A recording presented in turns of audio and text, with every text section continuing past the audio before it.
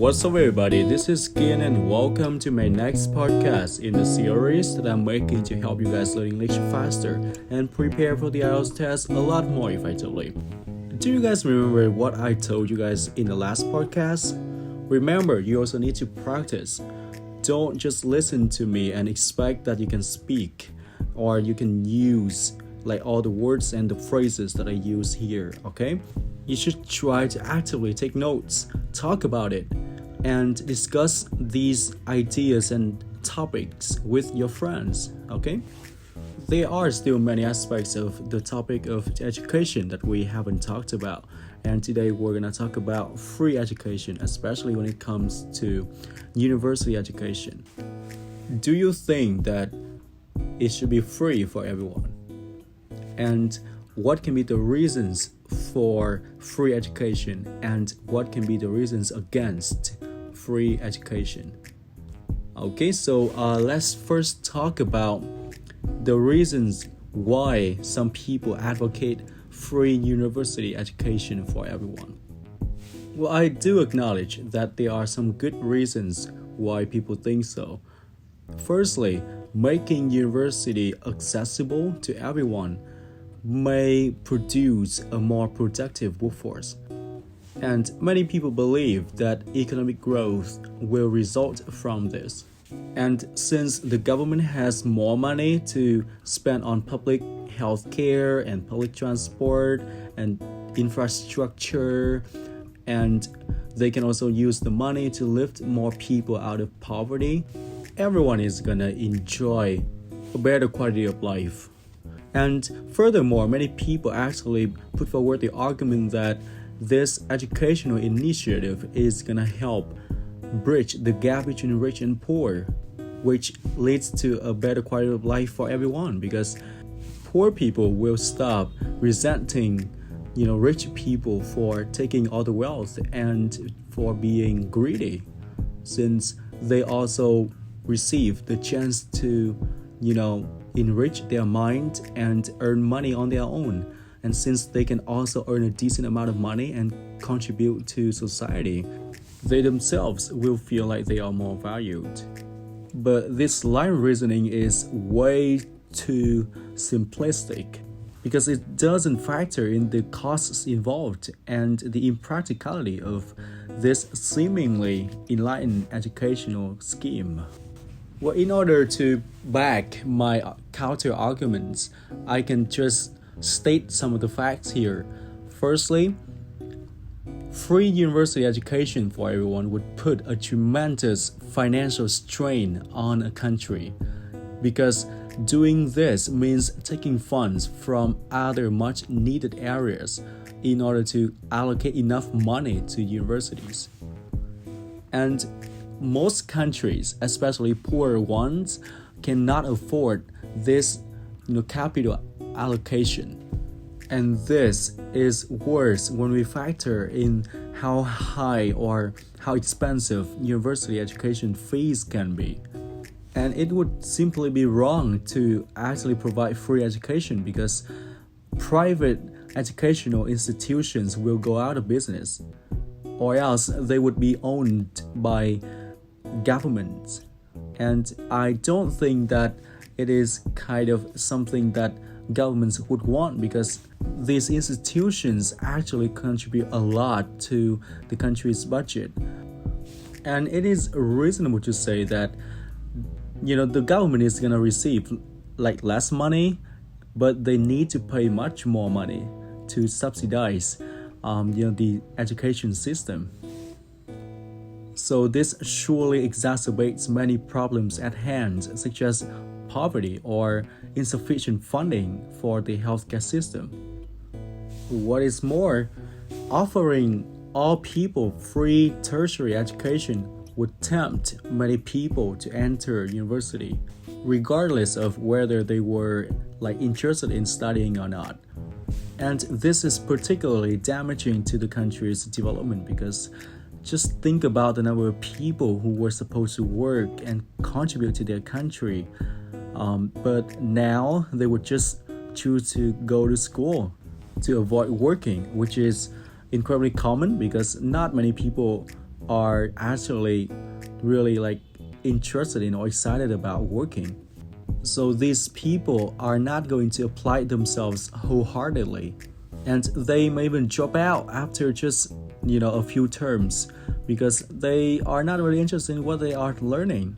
And this is a waste of the country's resources, since the government actually pays for their education, and it is also a waste of the country's manpower, since these people just don't go to work. So, as noble as this educational initiative may sound, I don't think that abolishing university fees is feasible, and it could potentially be a waste of the country's resources. Of course, many people may point to Germany, where education is mostly free, as a point to rebut my argument above, but I don't think that this country actually provides education for free, because most students are also required to work during their time at universities, which means that they are also paying for their education. So I guess the saying that goes like, there's nothing such a free meal, does make perfect sense in this situation. I hope that my answers were cohesive and coherent enough so that you guys can understand me. Anyway, we're also gonna talk about the problem that many schools are facing nowadays, which is the problem of children misbehaving at school. Right? So what do you think are the causes of this? And can you think of some solutions that schools and parents and teachers can adopt to change the situation for the better? So, in my opinion, what seems to be at the core of the way that young people behaving at school nowadays is related to parents and celebrities. But you may wonder, hey, what do you think are the problems with parents? I don't think that parents have anything to do with the way that their children behave at school right now. But just hear me out, okay? So modern parents tend to be really permissive, which means that they should allow their children to have whatever they want. And this is very damaging to their development, because their kids may become really accustomed to getting whatever they want, and they often find it incredibly difficult to accept the demands of teachers. And they find the limits imposed on them by school rules just impossible to follow, or they just think these rules are just unnecessary, and I don't think that these rules are going to do me any good. My parents didn't impose any rules on me. And second of all, I do think that children nowadays are also influenced by actions of celebrities. And young people are predisposed to imitating the behavior of celebrities. And many of these people actually portray the idea that success can be achieved without finishing school, and appearance and fame are more important than schoolwork, and success can be achieved easily without finishing school, which is incredibly damaging to their mind too. We've talked about the causes of young people misbehaving at school, but what can be done about it? So I do think that the changes must start with parents, because they need to be persuaded that it is important to set firm rules for their children. So when children misbehave or break the rules, parents should be able to use reasonable punishments to demonstrate that their actions have consequences, and sometimes they have to deal with the gravity or the repercussions of their actions. And this is going to do them a lot of good, because in the future, if they do wrong to other people, if they cause harm to other people, they will have to face retribution or prison sentences even. But it is important to note that like punishments should never be violent in any way, because they may even teach the kids that violence is something that can help them resolve conflicts and solve a problem. So some reasonable punishments could be things like depriving them of things that they treasure, such as their favorite toys or TV shows, or they can stop their kids from seeing their best friends. It really depends on each child's circumstances and hobbies and preferences, and parents should spend some time exploring ways to discipline their kids. And finally, I do think that famous people need to recognize the amount of bearing that they have on children, and they need to act accordingly. They need to understand the responsibility that they have to act as role models to children. But it is just impossible for the government or for anyone to actually tell famous people that, well, you need to act in this way, or you need to do this or that, because otherwise you may harm young people's mind.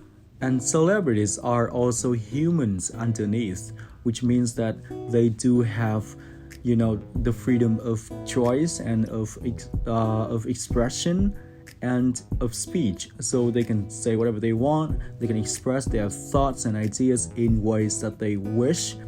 So we all can just expect that famous people conduct themselves with dignity, gratitude, and good manners, so that young people can learn these good virtues instead of imitating things that are harmful to their future. Alright, so that seems to be the end of this podcast today, and I do hope that you guys recognize some of the words or phrases that I use in my book, and you also know how to express yourself, and you can learn some new ideas in this podcast too, because of course speaking is not really like writing, because writing is really, really concise. Speaking, on the other hand, requires you to be flexible and to be able to express your ideas in the most coherent way possible. Again, I hope that you guys have learned a thing or two out of my podcast, and see you guys in my next episode.